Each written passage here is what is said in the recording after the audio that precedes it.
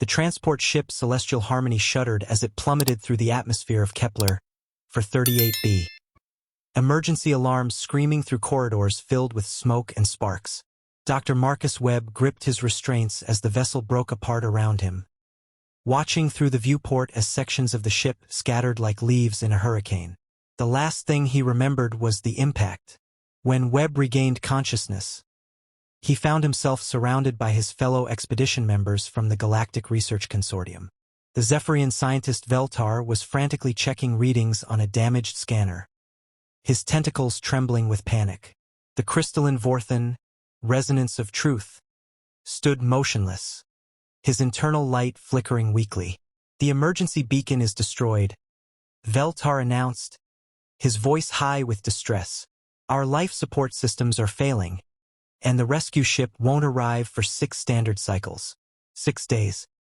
Webb looked around at the crash site, taking inventory.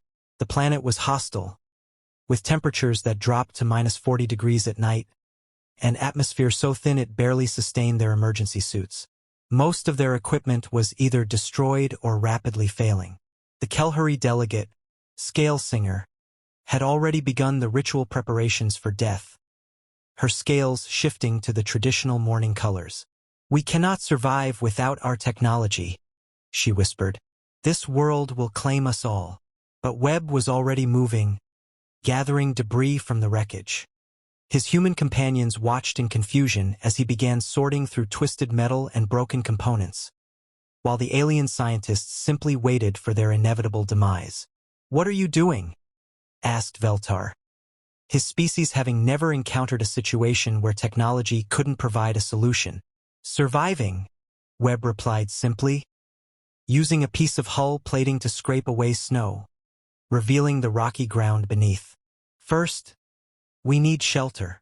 The aliens watched in fascination as Webb worked, using nothing but salvaged materials and his bare hands. He identified which metals could be bent and shaped, which insulation could be repurposed, which components could serve new functions entirely. Within hours, he had constructed a basic shelter using debris as a framework, insulation torn from damaged suits, and even the crystalline structure of a broken scanner as a heat reflector. The aliens huddled inside, amazed that such a crude construction actually provided warmth. "This is impossible," Resonance of Truth chimed, his mathematical mind struggling to understand. "Thermal dynamics suggest this shelter should not maintain temperature without power sources. Body heat, reflected and trapped," Webb explained, already planning their next survival needs. "My ancestors survived ice ages with less." The second day brought new challenges. Their water recyclers had failed completely, leaving them with rapidly dwindling supplies. While the aliens began calculating exactly how long they had before dehydration, Webb was studying the planet's geology. "There," he pointed to a depression in the nearby rocks. "Underground water. I can smell the minerals." Using a bent piece of hull as a digging tool, Webb excavated for hours, his hands bleeding through torn gloves, muscles aching from the effort. The aliens watched in disbelief as he refused to give up, even when logic suggested the task was impossible. When muddy water finally seeped into his makeshift well, Veltar's tentacles writhed in amazement. "How did you know?" he gasped. "Geology, vegetation patterns. Learned it as a child," Webb panted, already working to filter the water through layers of fabric and charcoal from the crash site.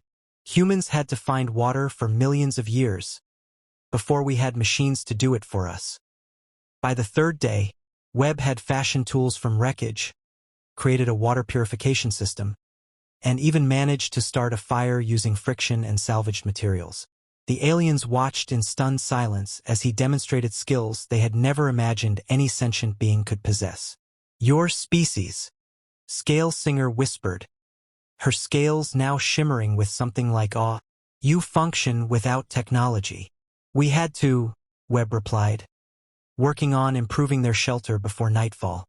"For most of human history, we had nothing but our hands and our brains. We learned to adapt, to endure, to survive when everything else failed. The Zephyrian scientists stared at Webb with new understanding. This is why humans are so resilient.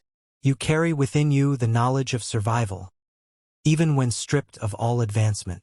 On the sixth day, when the rescue ship finally arrived, they found something extraordinary. Not just survivors, but a thriving temporary settlement. Webb had created not just shelter, but comfort, tools, furniture, even a rudimentary workshop where he had begun repairing some of their damaged equipment. The rescue captain, a veteran Kelhari explorer, examined the site with wonder. In 50 years of emergency rescues, I have never seen anything like this. Most species barely survive 3 days without their technology. Webb wiped his hands on a rag he had fashioned from torn fabric, looking tired but satisfied. We're not most species, he said simply. Humans endure. It's what we do. As they prepared to leave the hostile planet, the alien scientists looked at their human colleague with newfound respect. They had learned something profound about the species they had dismissed as technologically dependent. Humans didn't just use their tools. They became tools when necessary. And that, perhaps, was the most advanced technology of all.